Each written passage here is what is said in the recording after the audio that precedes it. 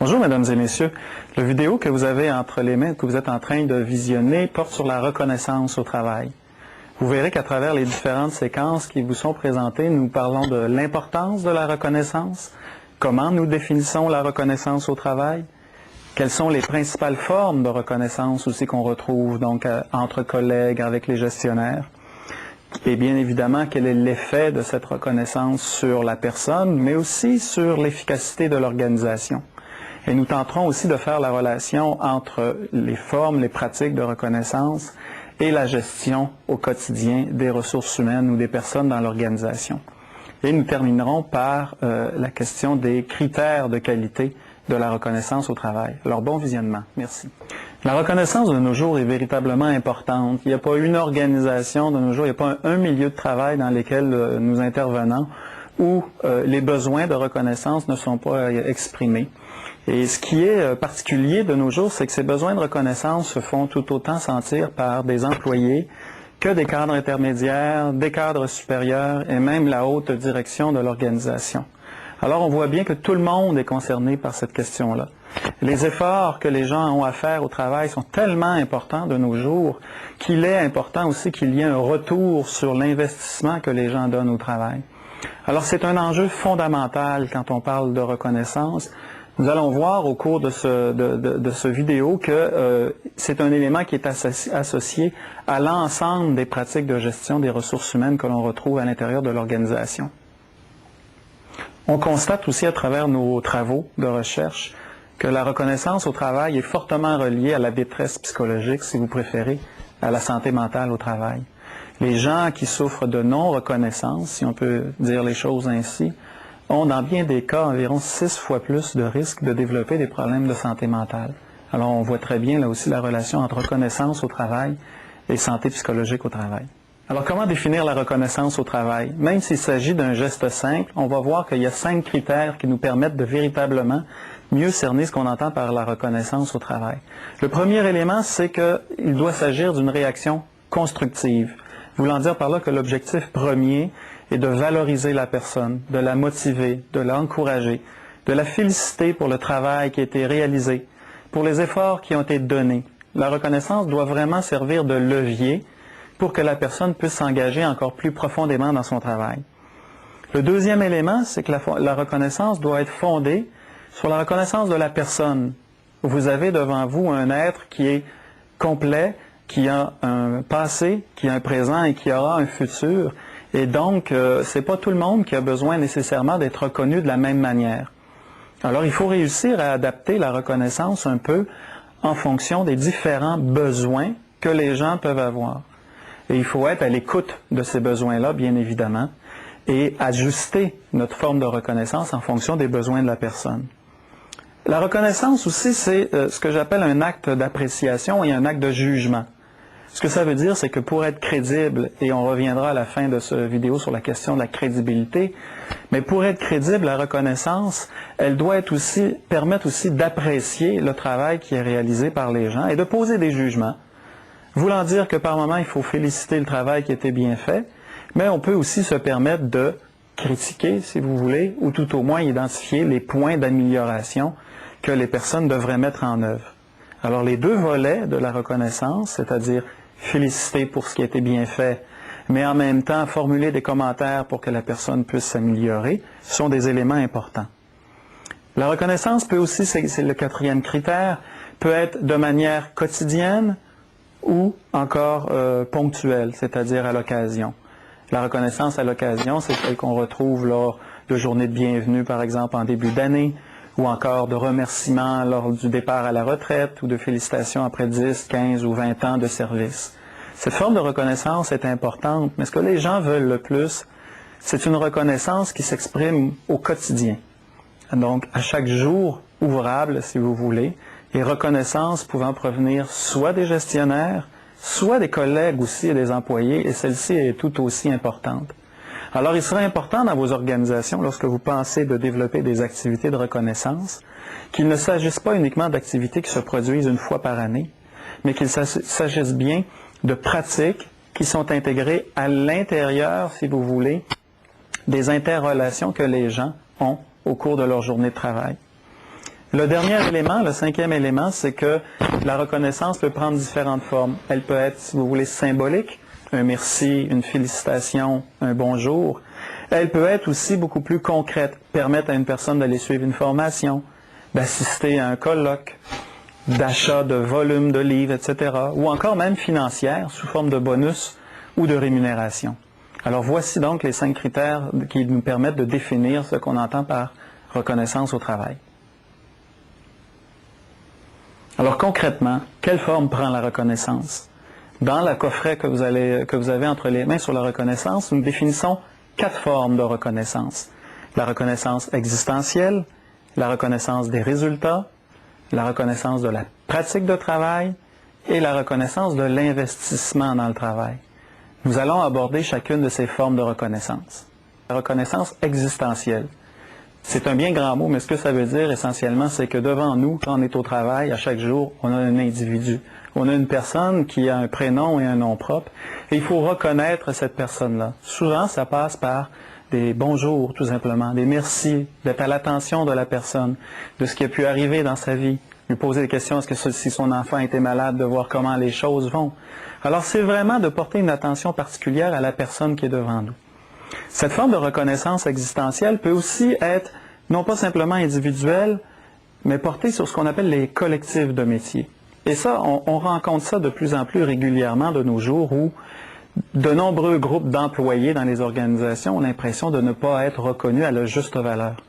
Alors les secrétaires se plaignent de manque de reconnaissance, les techniciens, les professionnels, les gestionnaires aussi. Ce qu'on constate finalement, c'est que tout le monde est dans le même bateau et tout le monde souffre un peu de non-reconnaissance au travail. Alors il n'est pas nécessairement mauvais non plus de reconnaître l'importance d'un groupe de métiers dans une organisation. Par exemple, la contribution du personnel de bureau dans l'efficacité ou la performance d'une organisation. La contribution des employés de soutien dans la qualité des soins qui sont offerts dans les hôpitaux sont des exemples concrets de cette forme de reconnaissance existentielle. La reconnaissance existentielle est celle qui est la plus souvent demandée par les gens. Les gens nous disent autrement, je ne veux pas être un simple numéro dans l'organisation, mais être reconnu à ma juste valeur. Et c'est donc celle-ci qu'il faut pratiquer le plus régulièrement. Ce qu'il ne faut pas perdre de vue aussi, c'est que la reconnaissance existentielle est à la base de toutes les formes de reconnaissance. C'est vraiment celle-ci qui permet aux gens de se réaliser et d'être reconnus pour leur identité au travail. C'est le moteur même de l'investissement des gens dans l'organisation. À l'extrémité du continuum sur la reconnaissance au travail, il y a ce qu'on appelle la reconnaissance des résultats. C'est probablement la forme de reconnaissance la plus connue, la plus pratiquée dans les organisations. C'est, autrement dit, reconnaître ce que les individus ont livré comme production ou comme service à l'intérieur de l'organisation. Elle se manifeste souvent sous forme de prix, de bonus d'excellence, de véritablement reconnaître, autrement dit, de manière objective, la contribution des gens. Elle s'exerce régulièrement sous forme financière aussi, bien évidemment, parce qu'elle est plus facile à mesurer. Mais elle peut prendre d'autres formes aussi. Par exemple, un président ou un vice-président pourrait reconnaître le travail d'un groupe d'employés particulier dans le cadre de la réalisation d'un mandat. Ou encore, un chef d'équipe pourrait aussi reconnaître le travail, la réalisation de son équipe de travail. Alors, cette forme de reconnaissance est largement pratiquée dans les organisations. Elle est importante, il faut la maintenir, je pense que c'est important, mais on va voir aussi qu'il existe d'autres formes de reconnaissance. Donc, entre le continuum de la reconnaissance existentielle et de la reconnaissance des résultats, il y a d'autres opportunités qui se présentent à l'organisation pour reconnaître la contribution de leurs employés. Un des constats qu'on fait aussi, c'est que la reconnaissance des résultats, peu importe la forme qu'elle prend, est certainement nécessaire, mais elle est certainement aussi insuffisante. On ne peut pas uniquement que reconnaître les résultats des gens. Il y a d'autres éléments importants du travail qui doivent aussi faire l'objet d'une reconnaissance. Les pratiques de travail peuvent aussi faire l'objet d'une reconnaissance. Et ça, c'est important de le souligner. Donc, entre la reconnaissance d'un individu pour ce qu'il est et la reconnaissance de ses résultats pour ce qu'il a livré, il y a d'autres occasions de reconnaissance. Les pratiques de travail, finalement, permettent véritablement, la reconnaissance des pratiques de travail, permettent véritablement de reconnaître au quotidien la contribution des gens. C'est un levier important. Parce que des résultats, on n'en a pas nécessairement à tous les jours. Mais la mise en œuvre de nos pratiques de travail, de nos savoir-faire, de la manière dont on utilise des équipements ou les méthodes de travail qui sont employées sont des éléments de valorisation importants. Par exemple, de reconnaître la contribution ou la manière dont se prend un employé pour composer avec une clientèle plutôt difficile, ou comment un professionnel a réussi à gérer un dossier très particulier dans le cadre de son travail régulier, est un élément de reconnaissance qui est important aussi. La quatrième forme de reconnaissance, c'est ce que nous appelons la reconnaissance de l'investissement dans le travail. Alors celle-ci est assez particulière, plutôt nouvelle, mais elle est tout aussi importante. L'investissement veut bien dire les choses, c'est que ce qu'on veut reconnaître, c'est les efforts qui sont faits par les gens, peu importe l'atteinte des résultats. Je vais vous donner un exemple concret. Une personne qui est responsable du service à la clientèle dans une entreprise a un jour à présenter un contrat, une offre de service pour l'obtention d'un contrat auprès d'un client. Elle perd cette offre de service parce que ses compétiteurs lui permettent finalement d'offrir des services à moindre prix. Cette personne-là se trouve critiquée par son directeur et par la suite nous dit « J'ai été critiqué par mon directeur alors qu'il s'agit de l'activité où j'ai travaillé le plus dur, du dossier qui a exigé le plus d'efforts de ma part. Les résultats n'ont pas suivi, mais les efforts ont été là. » Il est important donc d'être capable de reconnaître aussi l'investissement individuel, émotionnel que les gens font au travail et de reconnaître aussi l'énergie donc personnelle qui est mise en œuvre dans le cadre des activités régulières de l'organisation. C'est ce qu'on appelle la reconnaissance de l'investissement dans le travail.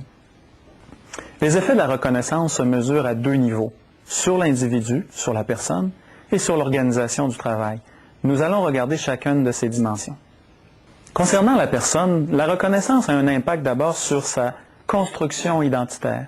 Ce que ça veut dire, plus simplement, c'est que ça permet à la personne de se sentir reconnue à sa juste valeur à l'intérieur de l'organisation.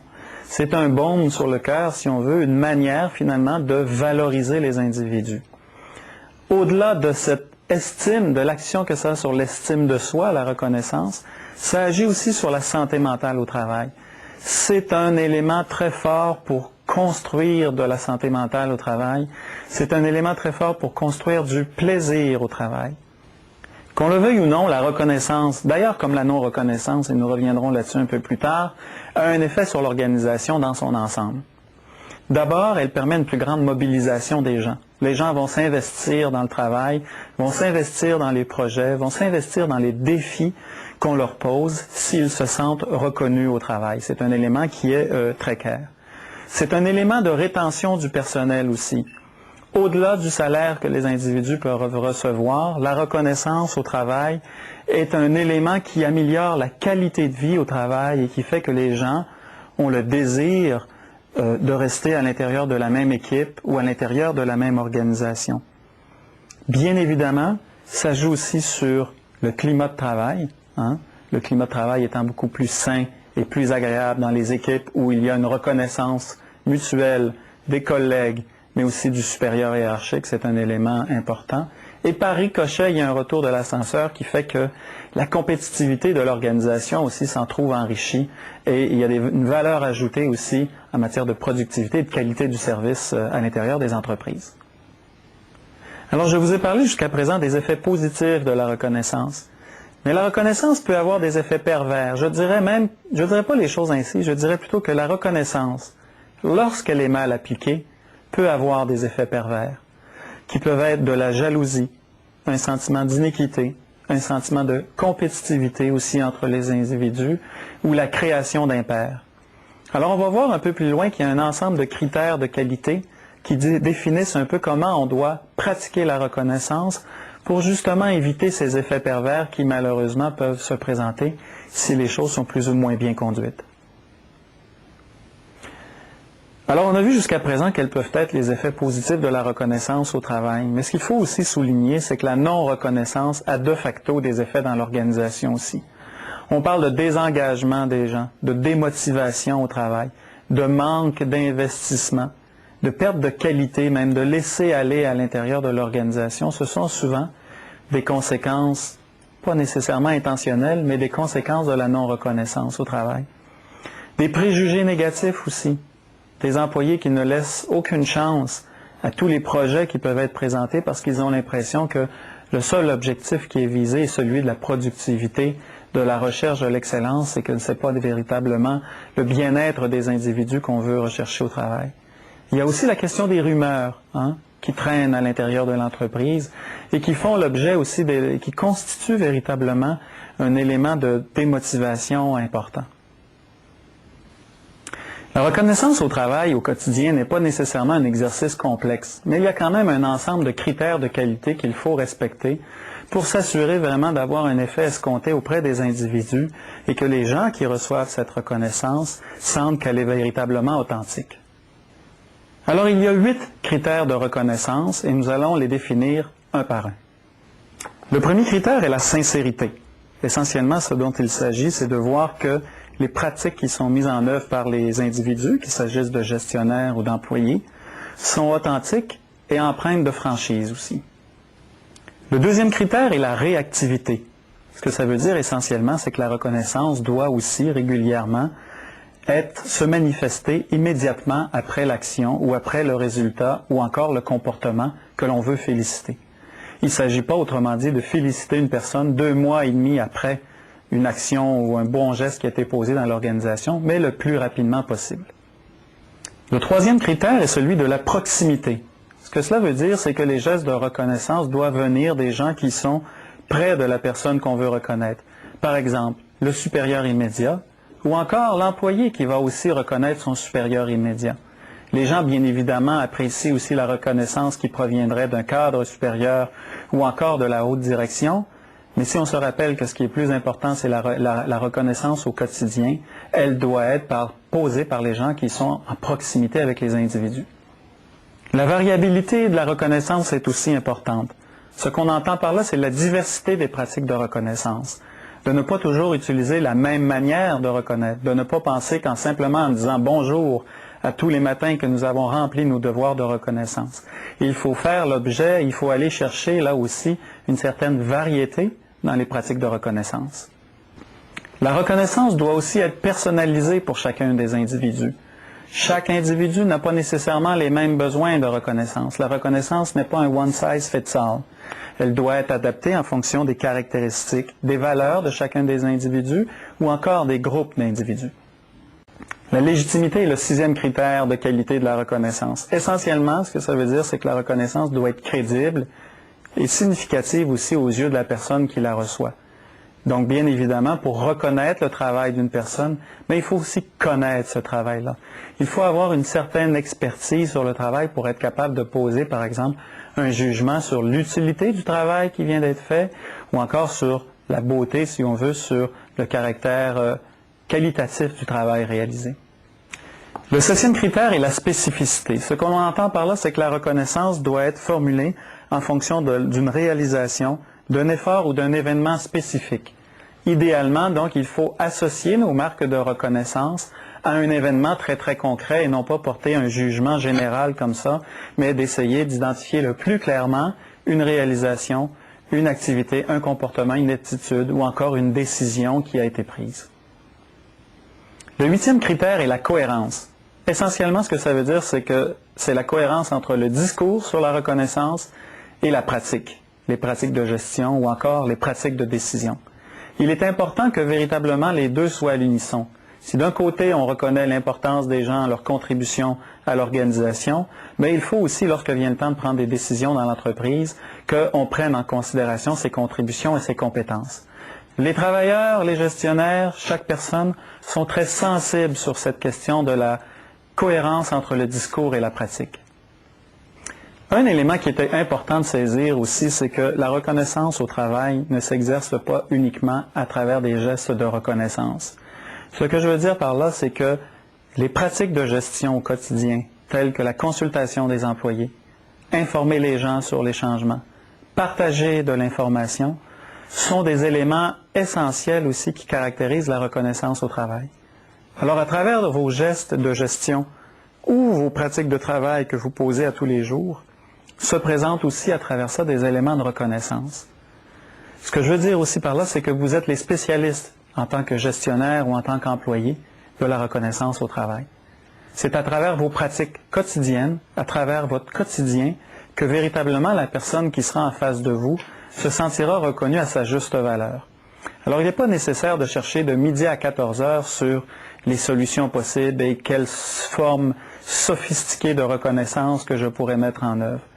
Les gens ont des besoins qui sont bien simples, c'est-à-dire d'être considérés comme un être à part entière, une personne compétente, qui peut participer à la prise de décision, qui veut être consulté et qui veut avoir son mot à dire dans l'orientation que va prendre son équipe de travail, son unité d'affaires ou encore son organisation.